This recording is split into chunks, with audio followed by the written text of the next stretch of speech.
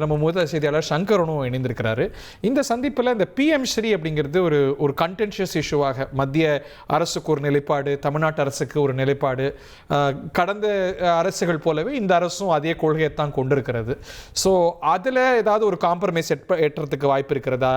தமிழ்நாடு அரசு சார்பில் அதில் வலியுறுத்தப்படுவதாக தலைமைச் செயலக வட்டாரங்கள், கல்வி அமைச்சக வட்டாரங்கள் உங்களுக்கு என்ன கூறுகின்றன சங்கரன்? வணக்கம் அகியரன். அதாவது இந்த PM ஸ்ரீ திட்டம் அப்படிங்கிறது என்னன்னா, ஒவ்வொரு மாநிலத்திலையும் ஒரு குறிப்பிட்ட அரசு பள்ளிகளை தேர்வு செய்து அந்த பள்ளிகளை 6 ஆண்டுகளுக்கு மத்திய அரசுடைய நேரடி மேற்பார்வையில அது கண்காணிப்பது, அந்த ஸ்கூல்ல ரன் பண்றதுதான் அதனுடைய திட்டத்தினுடைய ஒரு பிரதான ஒரு அம்சம். அதன்படி அந்த திட்டம் எந்தெந்த பள்ளிகளுக்கெல்லாம் வருதோ தானாகவே அந்த பள்ளிகள்ல மும்மொழி கொள்கையும் அமலுக்கு வந்துடும். இதன் காரணமாகத்தான் முந்தைய திமுக அரசு நாங்க இந்த திட்டத்தை ஏற்க மாட்டோம் அப்படின்னு சொன்னாங்க. இந்த திட்டத்துல கையெழுத்து போட்டாதான் மற்ற திட்டங்களுக்கான அந்த நிதியை நாங்க விடுவிப்போம்னு வெளிப்படையாகவே மத்திய கல்வி அமைச்சர் திரு தர்மேந்திர பிரதான் பல தருணங்கள்ல செய்தியாளர்களுக்கு பேட்டி மூலமாக கூட சொல்லியிருக்காரு. ஆனா இவங்க என்ன முந்தைய அரசு சொன்னாங்கன்னா, நாங்க இதுல கையெழுத்து போட மாட்டோம், எங்களுக்கு PM ஸ்ரீ திட்டம் வேண்டாம், ஆனா நீங்க பெண்டிங்ல இருக்கக்கூடிய நிதி கிட்டத்தட்ட ஒரு 2150 கோடி ரூபாய் நிதி வர வேண்டியது இருக்கு, அந்த நிதியை மத்திய அரசுடைய அந்த பங்களிப்பான நிதியை கொடுக்கணுங்கிறது தான் முந்தைய அரசனுடைய நிலைப்பாடா இருந்தது. தொடர்ந்து அந்த PM ஸ்ரீ திட்டத்திலையும் கையெழுத்து போடல. இப்போதைய தமிழக வெற்றி கழகனுடைய அரசும் ஏறக்குறைய முந்தைய அரசு நிலைப்பாட்டில தான் இருக்கிறாங்க. இருமொழி கொள்கை இதெல்லாம் நாங்க தொடர்ந்து நீடிப்போம், மும்மொழி கொள்கையை அனுமதிக்க முடியாது என்று பள்ளிக்கல்வி அமைச்சர் திரு ராஜ்மோகன் கூட ஏற்கனவே தெரிவிச்சிருக்கிறார்.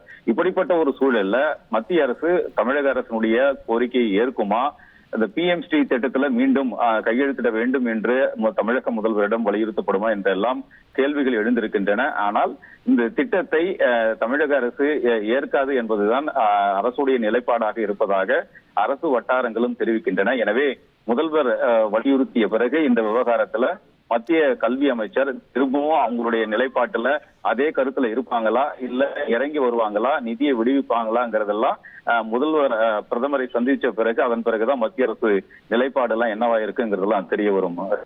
நன்றி Sankaran sir, thank you very much.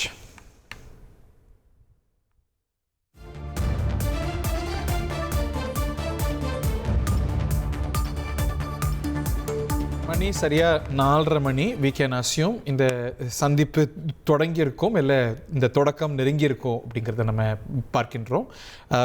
பிரதமர் அலுவலகம் வழக்கமாக டயத்தை கீப் பண்ணுவாங்க, அன்லெஸ் அண்ட் அன்டில் ஏதாவது ஒரு எமர்ஜென்சி வந்தால் ஒழிய, ஒரு நேஷ்னல் செக்யூரிட்டி சார்ந்த ஒரு விஷயங்கள் அதெல்லாம் வந்தால் ஒழிய.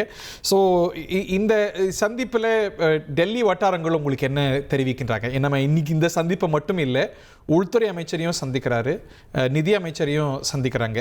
ஸோ ஒரு மெமரண்டம் எல்லா தரப்புக்கும் கொடுப்பாங்க. இன்னைக்கு காவிரியிலேருந்து கச்சத்தீவிலேருந்து இலங்கை தமிழ் பிரச்சனையிலேருந்து வழக்கமாக முதல்வர்கள் பிரதமர்கிட்ட கொடுக்கக்கூடிய மெமரண்டமில் இல்லாத விஷயமே இருக்காது. அதெல்லாம் முழுவதுமாக வலியுறுத்தி பேசணும் அப்படின்னா அதுக்கு மணி நேரங்கள் பிடிக்கும். ஒரு மணி நேரம் இருக்குமா வழக்கமாக இந்த சந்திப்பு.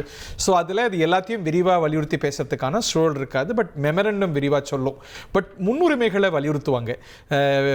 இந்த சந்திப்பில் சிஎம் வைக்கக்கூடிய முன்னுரிமையாக வலியுறுத்தி பேசக்கூடிய விஷயமாக இந்த வட்டாரங்கள் என்ன சொல்கிறாங்க? டெல்லி தமிழ்நாடு இல்லம் தரப்பில் நீங்கள் பெற சுவாரஸ்யமான தகவல்கள் வேறு என்னெல்லாம் இருந்தாலும் பகிர்ந்துக்கலாம். ரமேஷ், இந்த பிரதமருடனான தமிழக முதலமைச்சருடைய சந்திப்பு தொடங்கிவிட்டது. அவருடைய அலுவலகத்தில் இந்த சந்திப்பு நடைபெற்று வருகிறது. பொதுவாக பிரதமரோடு எந்த மாநில முதல்வர்கள் சந்தித்தாலும் அந்த சந்திப்பு ஒரு அரை மணி நேரம் நீடிப்பது வழக்கம். 1 மணி நேரம் நீடிப்பதற்கான வாய்ப்புகள் பெரும்பாலும் அது நடைபெறுவது இல்லை. அதி முக்கியமான தலைவர்களாக இருந்தால் மட்டுமே அது 1 மணி நேரத்துக்கு மேலாக நீடிக்கும். தமிழக முதலமைச்சருடனான சந்திப்பும் சுமார் ஒரு அரை மணி நேரம் நீடிக்கும் என்று எதிர்பார்க்கப்படுகிறது. நீங்கள் குறிப்பிட்டது போல தமிழகம் சார்ந்த அந்த கோரிக்கை என்பது பல பக்கங்கள் கொண்டதாக இருக்கும். அவை அனைத்தையும் ஒரே நேரத்தில் விளக்கி கூறுவது முதல்வருக்கும் சாத்தியமல்ல, பிரதமருக்கும் அதை கேட்பது என்பது சாத்தியமல்ல. ஒரு இண்டெக்ஸ் என்று சொல்லப்படக்கூடிய ஒரு முக்கியமான விஷயங்களை மட்டுமே பட்டியலிட்டு இருப்பார்கள்.